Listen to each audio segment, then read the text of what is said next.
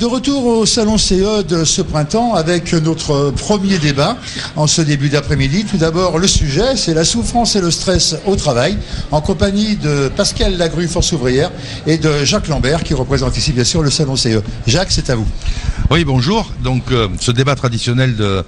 Lyon Première est ici aujourd'hui sur un problème dont on parle depuis quelques semaines dans les journaux et depuis même quelques années, puisque les premiers à avoir souffert du travail et être arrivés à la solution ultime, c'était chez Renault au Technocentre à Guyancourt il y a quelques années, et puis plus récemment dans les gros titres des journaux, les France Télécom. Donc aujourd'hui j'invite Pascal Lagrue, le syndicaliste, donc chez Force Ouvrière, qui va nous donner un éclairage sur la vue de l'intérieur. Comment on vit la pression en entreprise, quelles sont les causes identifiées et comment on peut réagir quand on est représentant du personnel et quand on doit négocier avec le chef d'entreprise régulièrement des points qui peuvent faire en sorte que ce stress soit beaucoup moins prégnant. Donc bonjour Pascal Lagrue, bienvenue et merci de votre fidélité sur ces débats de Lyon Première. Donc on va rentrer dans le vif du sujet avec j'allais dire ce qui fait la une des journaux, mais ce qui l'a fait beaucoup moins. Est-ce que vous, dans votre secteur d'activité, par exemple les banques, ce stress se manifeste d'une manière ou d'une autre? Alors moi, je peux vous avoir une intervention effectivement sur le sujet que je connais bien au niveau du secteur financier, bien sûr, d'une part, et puis par extension, on pourra en parler, si vous le voulez, un petit peu après, au gré du débat, à savoir ce qui relève du stress, mais dans ce cas-là, sur un plan plus interprofessionnel. Puisque au sein de l'Union départementale du Rhône, c'est des sujets aussi qui nous tiennent particulièrement à cœur. Donc, moi, je serais tenté de vous dire, dans cette introduction, pour poser le débat, que au syndicat FO, nous sommes, tant en interprofessionnel que dans le secteur financier, très sensibles à plusieurs aspects. La souffrance au travail, c'est un terme générique large, mais il y a bien évidemment la pression morale qui est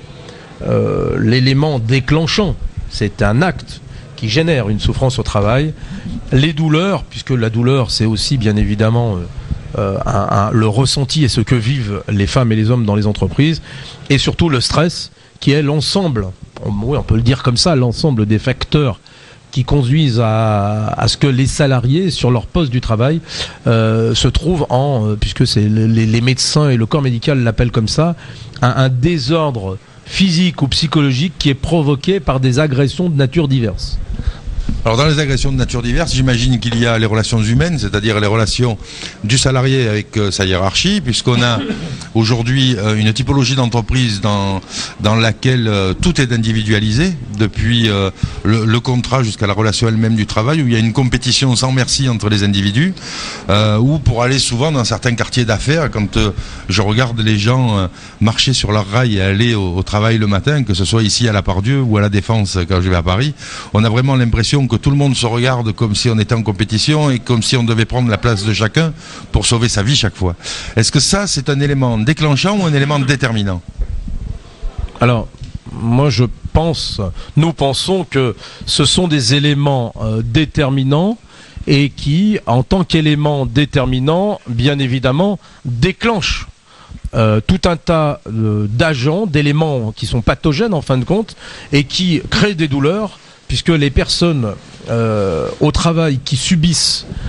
que ce soit des actions répétées ou ponctuelles, une dégradation de leurs conditions de travail, en lien avec cet individualisme dont vous faites part, Jacques, vous parlez effectivement d'une notion très individuelle dans le monde du travail. D'individualisation des relations du travail. Tout à fait. Et cette individualisation conduit justement aussi les directions d'entreprise à ne raisonner que sur l'individuel. Il est vrai que vous parliez à l'instant du technocentre de Renault. Alors là, on va parler un petit peu interprofessionnel. Au technocentre de Renault, on a appris, pas plus tard qu'hier, une troisième affaire, une troisième saisine judiciaire a reçu de la part de la justice une qualification d'accident du travail pour un suicide d'un des salariés. Et ce suicide-là, en tant que reconnu pas comme accident du travail, l'a été dans les attendus sur le fait que son acte est la conséquence de ce qui a conduit ce salarié à cet acte ultime avait été généré par le côté individuel de ce qu'on lui avait fixé comme exigence et les moyens non mis en face pour réaliser ce qu'on lui demandait à